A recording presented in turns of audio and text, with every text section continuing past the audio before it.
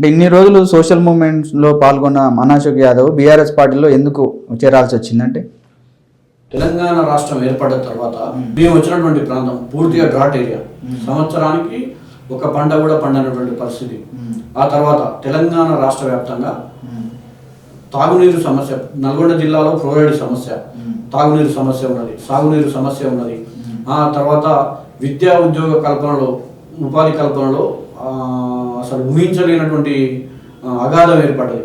ఈ సందర్భంలో బేరీజ్ వేసుకుంటే తెలంగాణ వచ్చిన తర్వాత అసలు ఏంది పరిస్థితి అనేది ఒక 9 సంవత్సరాల కాలాన్ని బేరీజ్ వేసుకుంటే తెలంగాణ ప్రాంతంలో ప్రతి పల్లెకు మౌలిక వసతుల కల్పన జరిగింది. ఇది రోడ్డు రవాణా సౌకర్యం వచ్చింది, సాగునీరు వచ్చింది, తాగునీరు వచ్చింది. విద్యా ఉపాధి కల్పనలో భాగంగా కొంత నిరుద్యోగిత ఉన్నటువంటి మాట వాస్తవం అయినప్పటికీ కూడా వాటిని అంటే విద్యార్థులకు చదువును చెప్పడంలో భాగంగా వారందరికీ గ్రామీణ స్థాయిలో అంటే డిఎస్ చేసి ఉపాధ్యాయులను భర్తీ చేసి వాళ్ళకు ఉన్నత విద్యను అందించలేకపోయినప్పటికీ కూడా గురుకులాల ద్వారా ప్రభుత్వం చేయాల్సిన దానికంటే ఎక్కువనే చేసింది. కాకపోతే ఇమీడియట్లీ రిజల్ట్ రాదు. ఎప్పుడైనా 9 సంవత్సరాల కాలం మాత్రమే ప్రభుత్వం వచ్చి, అంటే నువ్వు విద్యా వ్యవస్థ బాగుపడింది, మెరుగుపడింది అని చూడడానికి దాదాపు 17 సంవత్సరాల కాలం వెయిట్ చేయాలి అని చెప్పేసి నేను భావిస్తాను. కాబట్టి ఇవన్నీ మెరుగులను చూసుకుంటే పర్లేదు అనిపించింది, తద్వారా నేను బయటికి రావడం జరిగిందని చెప్పేసి నేను భావిస్తాను. అంటే ఇప్పుడు మీరు బీఆర్ఎస్కి కాంగ్రెస్కి తేడా ఏం గమనించారు అని చెప్తే, బీఆర్ఎస్ పార్టీలో తెలుగుదేశం పార్టీ ఉన్నప్పుడు ఏం జరిగిందంటే ఎన్టీ రామారావు గారి ద్వారా తెలంగాణ ప్రాంతంలో ఉన్నటువంటి బీసీలకు కొంత అవకాశాలు వచ్చినాయి. ఆ తర్వాత తెలంగాణ ప్రాంతంలో ఏ పార్టీ వచ్చినా, అది అంతకుముందు చంద్రబాబు నాయుడు గారి నాయకత్వంలో వచ్చినటువంటి తెలుగుదేశం పార్టీ అయినా, తర్వాత వచ్చిన వైఎస్ రాజశేఖర రెడ్డి తర్వాత కాలంలో వచ్చినటువంటి కాంగ్రెస్ పార్టీ అయినా, లేదా కాలక్రమేణా మళ్ళీ వచ్చినటువంటి మిగతా రాజకీయ పక్షాలు ఏవైనప్పటికీ కూడా విపరీతమైనటువంటి ఎస్సీ ఎస్టీ బీసీల పట్ల విపరీతమైనటువంటి కక్షపూరిత ధోరణితో వాళ్ళని అనగదొక్కుంటూ రాజకీయ హత్యలు చేసుకుంటూ వచ్చారు తప్ప ఏ ఒక్కరు కూడా వీళ్ళకి అవకాశాలు ఇద్దాం, వీరిని పైకి తీసుకొద్దాం అనుకున్నటువంటి ఆలోచనలో లేరు. నేనేమనుకున్నా అంటే ఇప్పుడున్నటువంటి రాజకీయాల్లో కాంగ్రెస్ పార్టీ పూర్తిగా మొత్తం రెడ్ల పార్టీగా అవతరించింది, అక్కడ ఎక్కడ కూడా గుర్తింపు లేదు. ఆ తర్వాత బీజేపీ పార్టీ ఉంటే కేవలం మతతత్వాన్ని నమ్ముకొని, అంటే మేము వచ్చినటువంటి నేపథ్యము వేరే నేపథ్యం నుంచి వచ్చినాము, అంటే ప్రజలందరూ సమానము, మతం వ్యక్తిగతము, కులం కులము కడుపుకు అన్నం పెట్టదు అనేటువంటి ఒక నేపథ్యం నుంచి వచ్చినాం కాబట్టి మతతత్వ రాజకీయాలకు దూరంగా ఉండాలనేటువంటి నేపథ్యం, అంటే ఒక భావజాలంతో ఉన్నాం కాబట్టి మతం అనే దానిని ఎప్పటికీ సహించొద్దు, అది కేవలం మతం అంటే మత్తురా, కులం అంటే కుల్లురా, కుల మతాల ఉచ్చులోన దోపిడీల ఆటలని నినాదాల నుంచి స్ఫూర్తి పొంది వచ్చినాం కాబట్టి మతం అనే ఒక మత్తుకు దూరంగా ఉండాలని చెప్పేసి భావించి కాస్తో కూస్తో రాజకీయాలు బీసీలకు మరియు ఉద్యమకారులకు అవకాశాలు ఇస్తున్నటువంటి టీఆర్ఎస్ పార్టీలో జాయిన్ కావడం జరిగింది. అంటే ఉస్మానియా యూనివర్సిటీ విద్యార్థి నాయకులకు బీఆర్ఎస్ పార్టీ ఎంతో కొంత అవకాశం ఇచ్చింది, కానీ కాంగ్రెస్ పార్టీ కనీసం కూడా ఒక పదవి కూడా ఇవ్వలేదు అనేది ఒక వాదన ఉంది. దానిపైన మీ అభిప్రాయం ఏంది?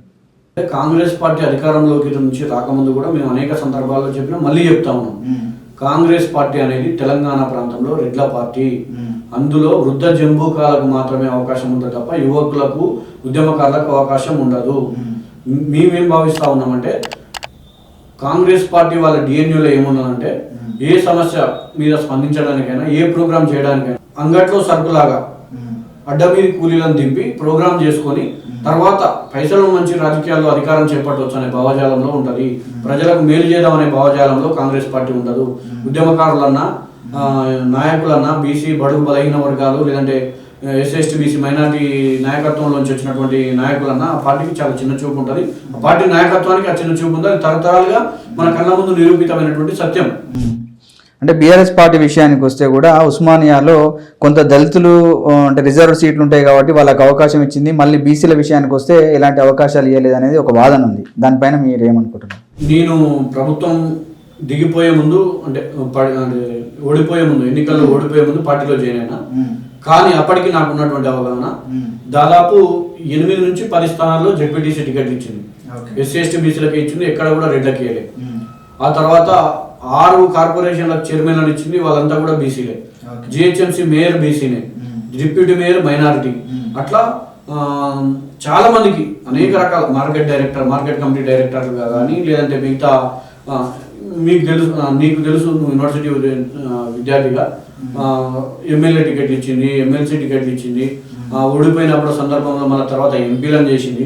ఇట్లా విద్యార్థులకు, విద్యార్థి నాయకత్వానికి, ఎస్పెషల్లీ ఉద్యమం నుంచి వచ్చినటువంటి నాయకత్వానికి, ఉద్యమకారులు అంటే ఒక పార్టీ ఉంది అంటే తెలంగాణ రాష్ట్ర సమితి పార్టీ, భారత రాష్ట్ర సమితి పార్టీ. కాబట్టి ఉద్యమకారులను హక్కున చేర్చుకొని వాళ్ళను అందలం ఎక్కియాలన్నా, వాళ్ళని కాపాడుకోవాలన్నా, కడుపులో పెట్టుకొని కాపాడుకోవాలన్నా తెలంగాణ రాష్ట్ర సమితి పార్టీ చేసింది.